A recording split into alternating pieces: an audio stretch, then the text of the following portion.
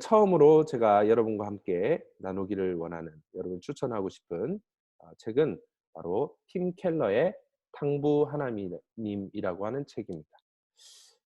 제게 책을 추천해 달라고 물어보실 때마다 저는 이 책을 추천하곤 합니다. 팀 켈러의 탕부 하나님. 이 책은 제가 좋아하는 팀 켈러 목사님의 책이기도 하고, 무엇보다 이 책은 아주 얇고 짧습니다. 그래서 누구나 읽으시기에 부담이 없는 그런 책이고, 더 나아가서 이 책은 팀 켈러 목사님의 복음 신학, 복음에 대한 이해를 잘 들여다볼 수 있는, 잘 이해할 수 있는 책이기 때문에 이 책을 많이 추천해 드립니다. 그래서 오늘 첫 번째 시간으로 팀 켈러의 탕부 하나님을 여러분에게 요약해서 정리해 드리도록 하겠습니다. 자, 이 책은 어떤 내용일까요? 먼저 이 책은 성경에 나타나는 누가복음 15장의 탕자의 비유로 알려져 있는 그 이야기를 바탕으로 정리된 책입니다. 자신의 스승이었던 에드먼드 클라우니 교수님에게 이 책을 바치고 있는데요. 에드먼드 클라우니 교수님을 통해서 누가복음 15장과 또 복음에 대해서 더욱더 깊고 풍성한 이해를 가질 수 있었기 때문에 이렇게 서두에 이것을 밝히고 있습니다. 그렇다면 이 책은 누구를 위한 책일까요? 어떤 분들이 이 책을 읽으시면 좋을까요? 17쪽에서 이렇게 밝힙니다. 그러므로 이 책은 기독교 신앙을 알고 싶어하는 외부인과 내부인, 즉 예수님이 유명한 탕자의 비유에서 말씀하신 둘째 아들 부류의 사람들과 맏아들 부류의 사람들 양쪽 모두를 위한 것이다. 다시 말해서 기독교가 무엇인지, 기독교 복음에 관심이 있는, 또 알고자 하는 집 밖에 있는 사람들, 예수님을 믿지 않는 사람들, 이론자들, 무신론자들, 그런 사람들에게 뿐만 아니라 교회 안에서 맏아들처럼 형들처럼 열심히 섬기고 순종하고 봉사하고 있는, 이미 교회를 열심히 다니고 있는 사람들을 위해서도 이 양쪽 모두를 위해서 기록한 책이다라고 밝히고 있습니다. 팀켈러는 이 책의 첫 부분에 이 책은 잃어버린 두 아들의 비유라고 밝히고 있습니다. 많은 사람들이 이 누가복음 15장에 나타난 이 비유를 탕자의 비유, 집을 나갔던 둘째 아들의 비유로 생각하고 이해하는 분들이 많지만, 팀켈러는 이 책에서 이것은 둘째 아들만에만 관한 이야기가 아니라 집안에 있었던 맏아들에 관한 이야기이기도 하다. 왜냐하면 둘 다 잃어버린 아들이기 때문에 잃어버린 두 아들의 비유로 보아야 한다라고 지적하고 있습니다. 그리고 이 책이 제목이 왜 탕부 하나님인가 궁금하셨던 분들이 아마 계실 겁니다.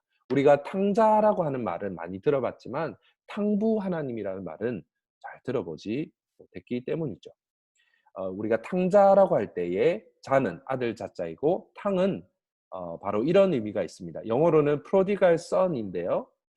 미리암 웹스터 사전에 의하면 무모할 정도로 헤프게 베푸는, 또 남김없이 다 써버리는, 다 써버리고 다 비워버리는 그런 의미의 탕이 바로 이 프로디갈입니다. 그런데 팀 켈러는 이 프로디갈이라고 하는 단어를 둘째 아들에게가 아니라 아버지에게 붙여서 프로디갈 갓, 탕부 하나님이라고 이 책의 제목을 지었습니다. 바로 하나님이 어떤 분이신가를 보여주는 책이기 때문이죠. 하나님은 앞뒤 재지 않고 아낌없이 다 내어주시는, 모든 것을 다 써버리시는 탕부 하나님, 프로디갈 갓이다. 이렇게 책 제목을 아주 기가 막히게 잘 붙였죠. 목차는 이렇게 총 7가지 챕터가 있습니다.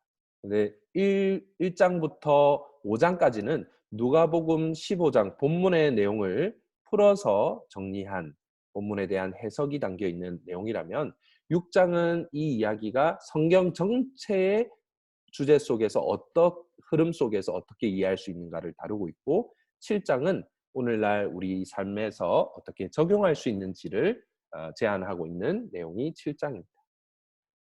자, 먼저 한 장씩 살펴보도록 하겠습니다. 1장은 나는 왜 예수 앞에 나오는가라고 이렇게 제목을 붙이고 소개하고 있습니다.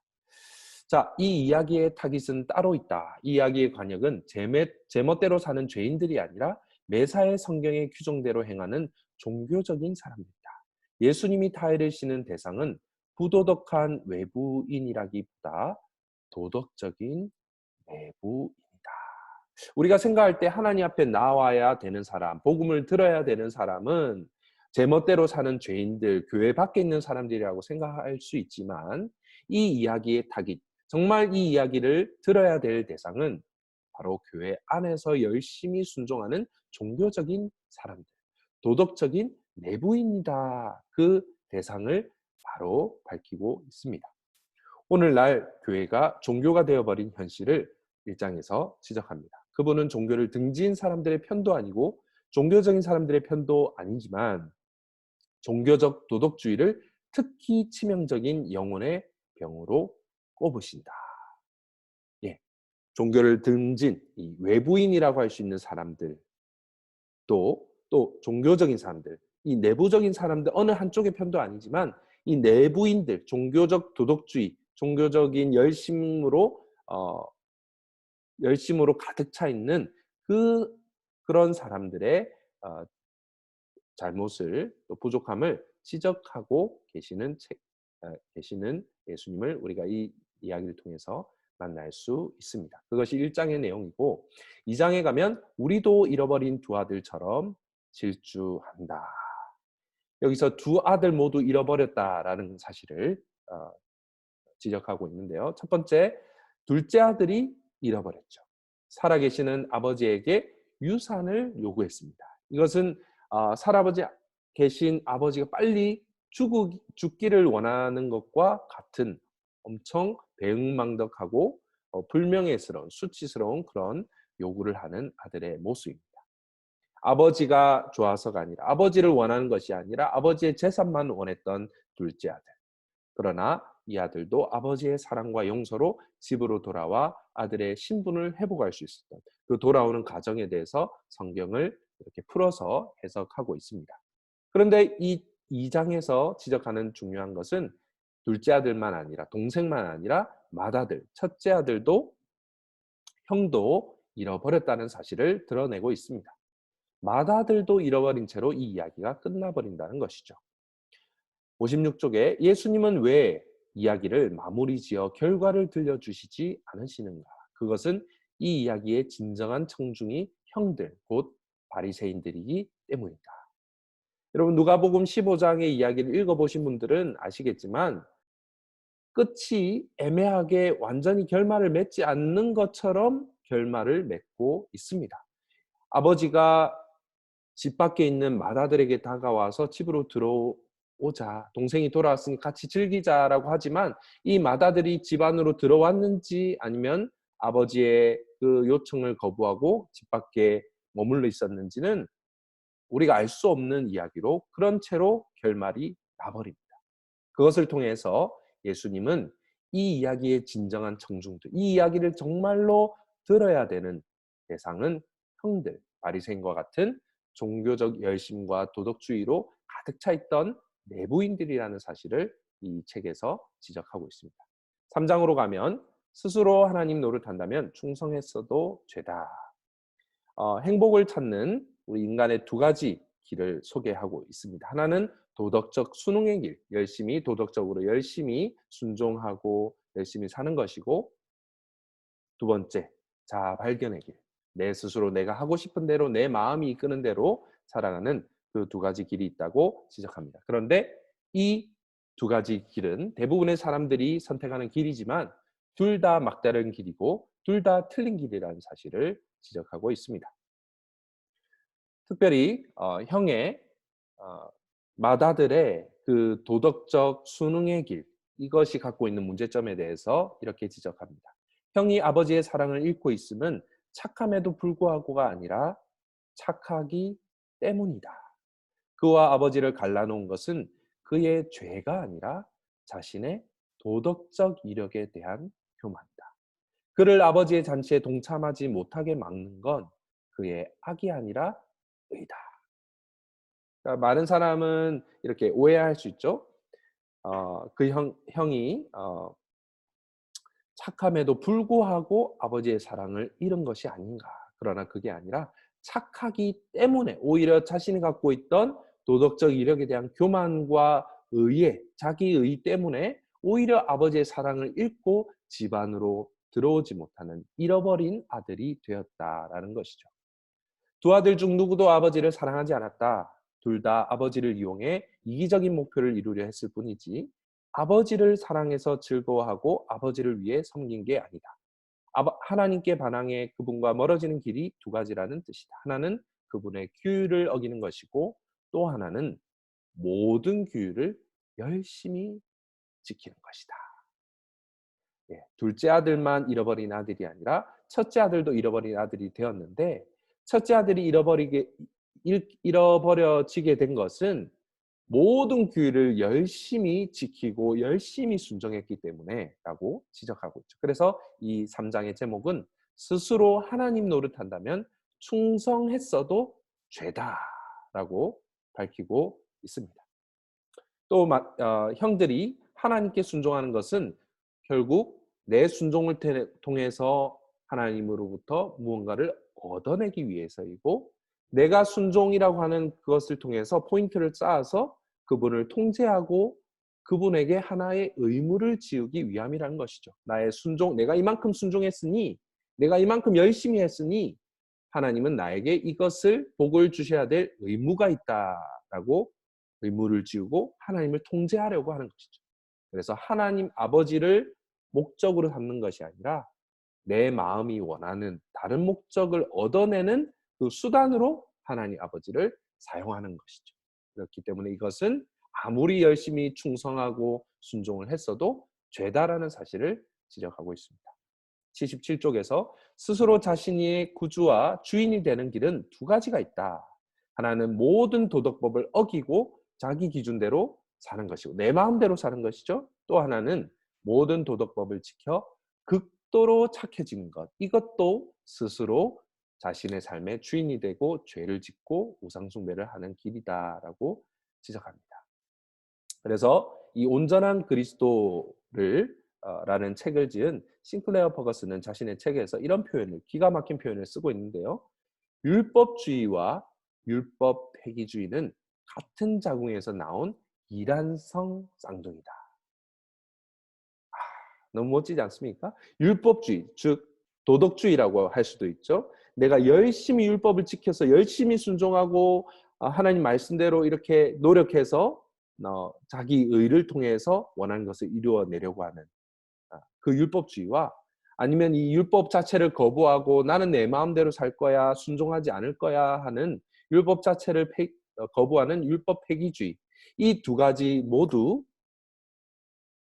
아버지의 사랑을 로부터 잃어버리는 길이기 때문에 모양은 다르죠. 하나는 율법을 열심히 순종하는 것이고 하나는 율법 폐기주의는 율법 자체를 거부하고 내 마음대로 사는 것이지만 결국 이것의 뿌리는 같다. 같은 자궁에서 나온 이란성 쌍둥이다. 모양은 다르지만 그 원인, 동기는 같다라고 지적하고 있습니다. 그리고 이 책에서 둘 다 틀렸으나 율법주의와 율법 폐기주의, 종교와 무종교, 도덕과 부도덕, 도덕주의와 상대주의, 보수와 진보 이 두 가지 상반된 길은 둘 다 아버지의 마음에서 멀어지고 아버지의 사랑을 받지 못하는 틀린 길이지만 결국 둘 다 아버지의 사랑을 받게 된다라는 것을 보여줍니다. 그래서 복음이라고 하는 것은 이 두 가지 상반된 것 사이에 어디 중간쯤 어디가 아니라 전혀 다른 제3의 길이 바로 복음이다 라고 하는 것을 말하고 있죠. 4장에 가면 두려움에 기초한 맹종, 불순종만큼 위험하다. 이 맏형의 그 잃어버려진 상태를 주목해서 살펴보고 있습니다. 이 형은 아버지에 대한 원망과 분노의 감정으로 똘똘 뭉쳐 있습니다. 그리고 동생을 향해서는 우월감을 갖고 있죠.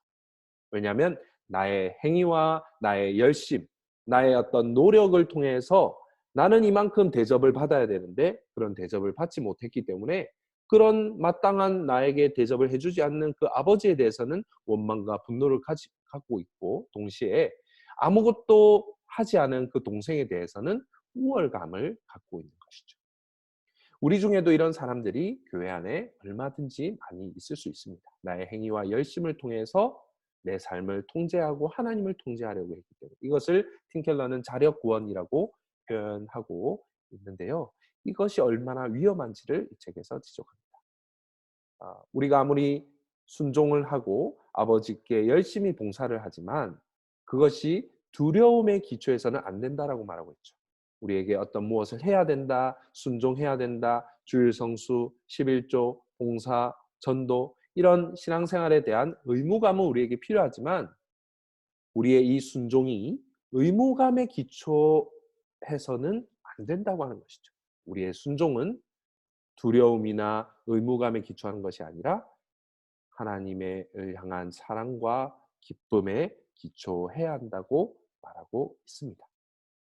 그리고 이 책에서 지적하는 중요한 또 한 가지 사실은 바로 이 종교와 도덕이 더 많은 동생들을 양산한다고 하는 것이죠. 종교와 도덕은 이 형들을 대표하는 것입니다.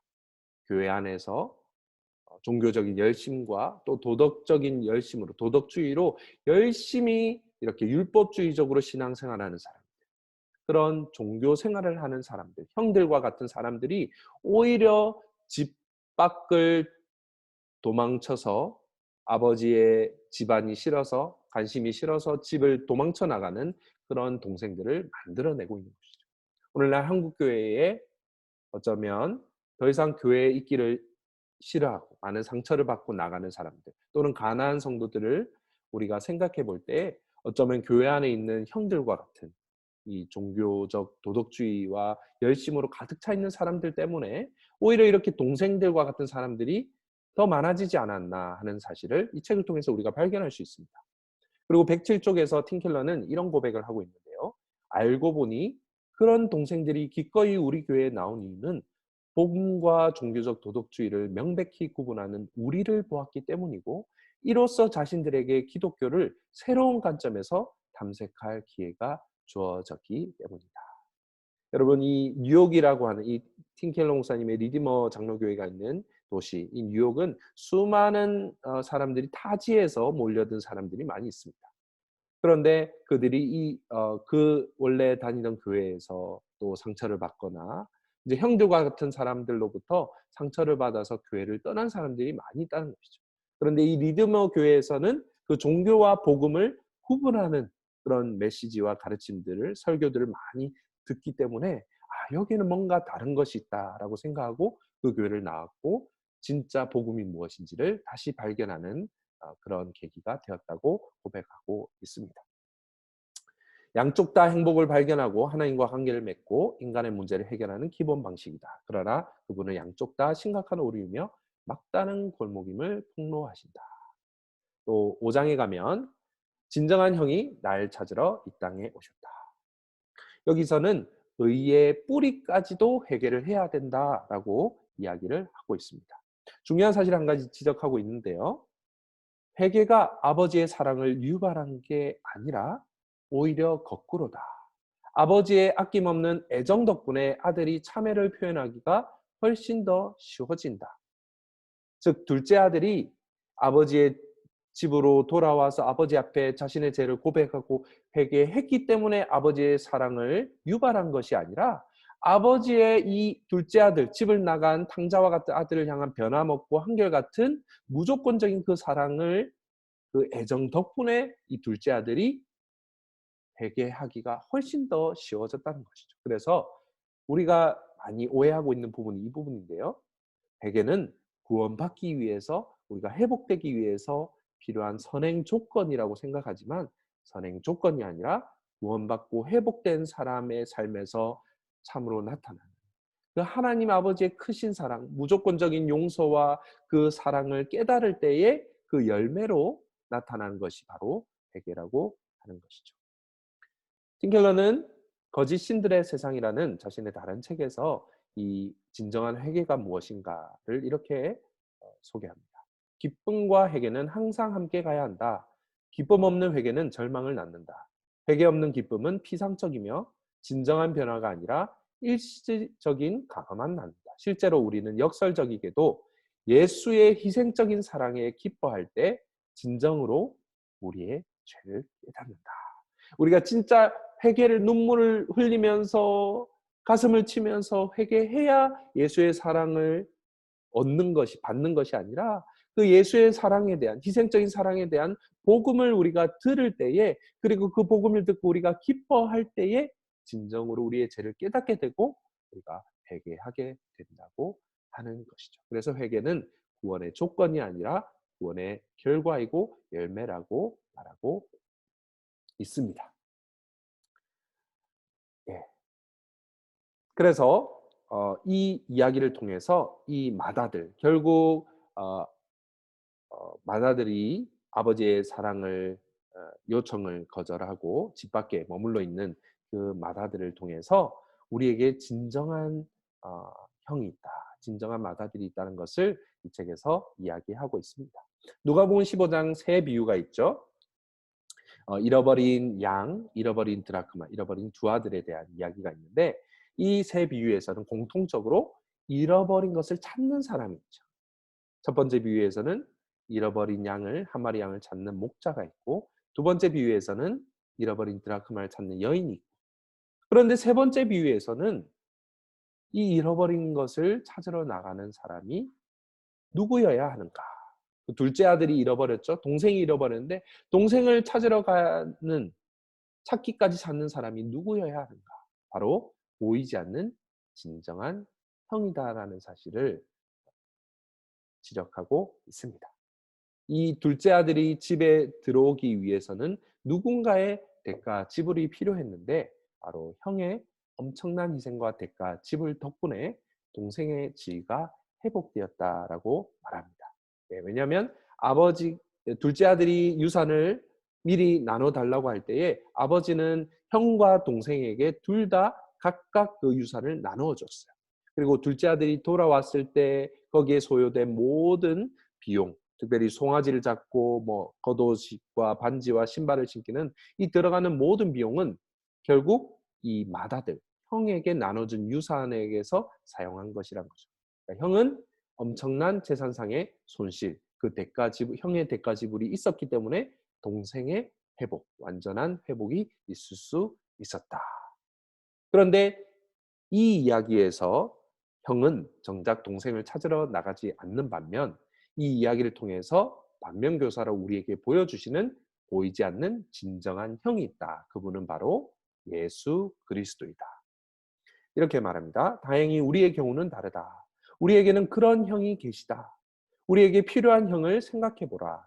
그분은 우리를 찾으러 옆 나라로 가는 정도가 아니라 저 높은 하늘에서 이 낮은 땅까지 오셔야 한다. 한정된 금액 정도가 아니라 자신의 목숨이라는 무한한 대가를 기꺼이 치러 우리를 하나님의 집안에 들이셔야 한다.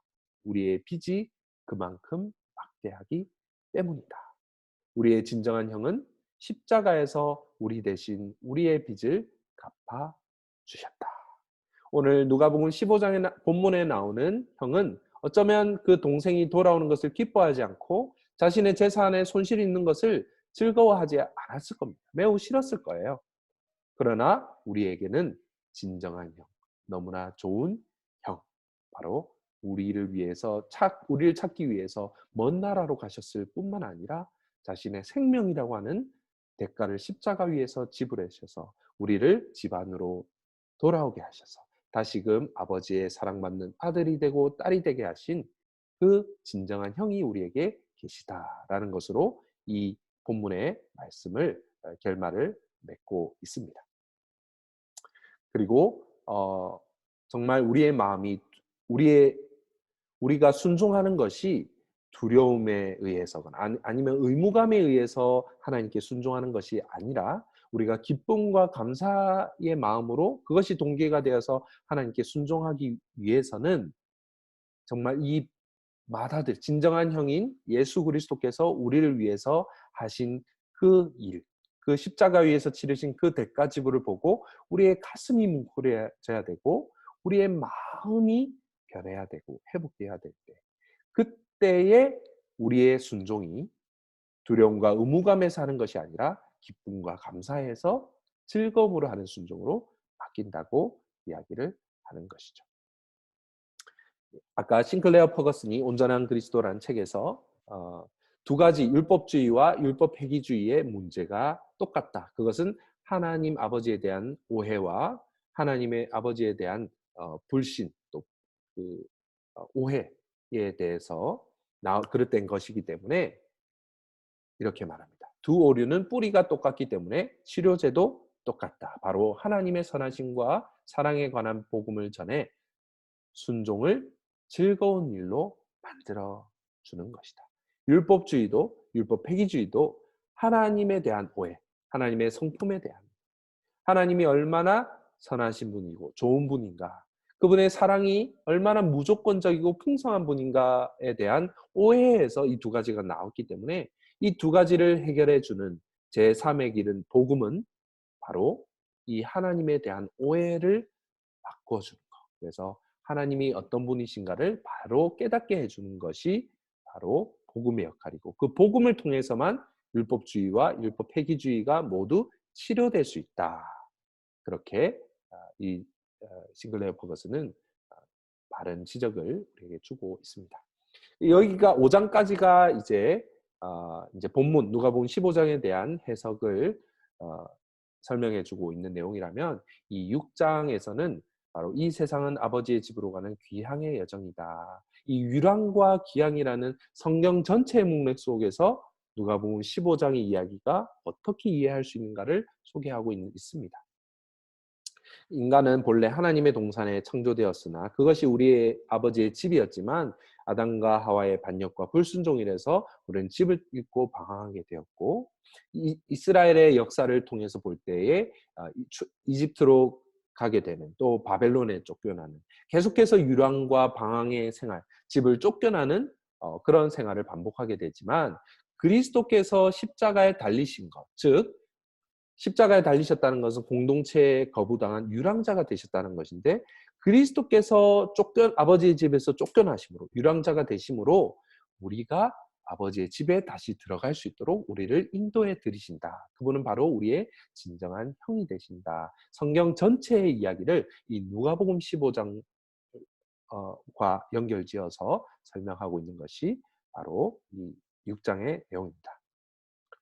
그분이 오셔서 겪으신 유랑은 마땅히 우리가 당해야 할 몫이었다. 그분은 아버지 임재로부터 축출되어 우리 대신 영적 소외라는 극한의 절망과 어둠 속에 내던져지셨다. 인류의 반항에 대한 모든 저주와 우주적 실향을 친히 당하셨다. 우리를 진정한 집으로 맞아들이시기 위해서. 그리고 마지막 7장에는 아버지 잔치는 이미 시작되었다. 들어가 누리라. 우리가 이 책을 읽고 이제 이 누가복음 15장의 내용을 이해한 사람들이 어떻게 우리의 삶 속에서 실제로 적용하고 실천할 수 있을지 그 부분을 설명해 줍니다.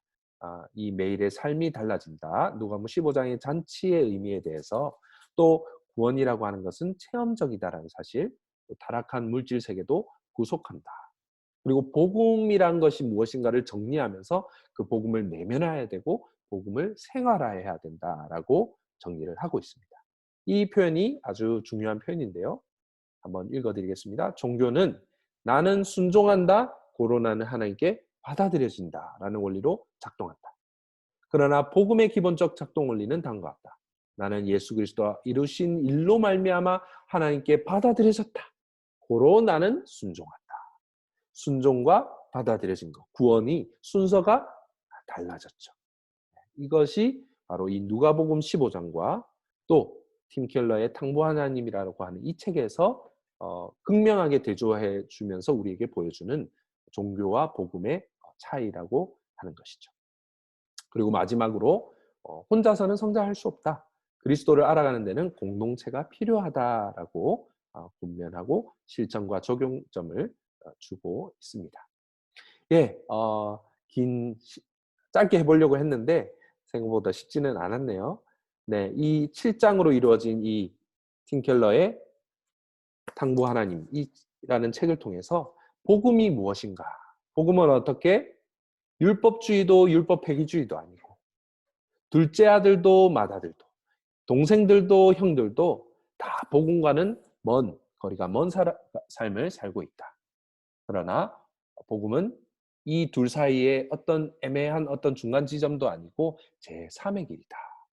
복음을 통해서 우리가 어떻게 아버지의 집에 있으면서 그분께 순종하고 열심히 그분을 위해서 살아가는 것이 의무감과 두려움에 비롯된 것이 아니라 기쁨과 즐거움과 감사에서 우리의 순종이 하나님께 그렇게 드려질 수 있는가라는 것을 이 책을 통해서 주고 있습니다. 그래서 여러분 기독교 신앙이 무엇인지, 복음이 무엇인가, 기독교인들은 뭘 믿는가 하는 것이 궁금한 소위 말해서 외부인들에게도 이 책은 꼭 필요하지만 특별히 팀 켈러가 이 책에서 지적하는 것처럼 교회 안에 있는 내부인들, 또 종교적 도덕주의자들, 종교적 열심으로 열심히 맏아들처럼 형들처럼 열심히 순종하고 있지만 복음의 그 의미를 깨닫지 못하고 두려움과 의무감과 책임감에서 그런 메마른 순종을 하고 있는 분들을 위해서도